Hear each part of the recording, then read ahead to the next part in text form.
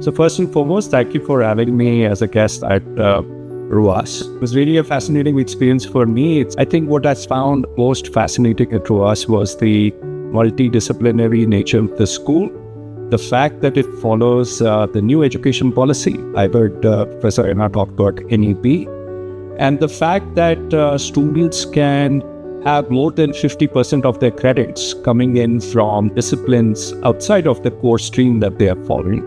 I'm an entrepreneur, and as an entrepreneur, what I would urge all the incoming batch of students to focus on is the art of thinking. I talked about it.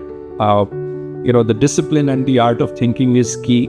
I don't want to underrate the importance of core fundamentals.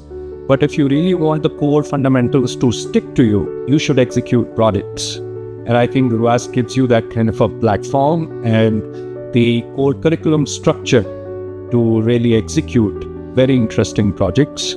Embrace AI towards the execution of these projects, and you have a great recipe for somebody who is passionate and genuinely curious. Thank you so much for having me.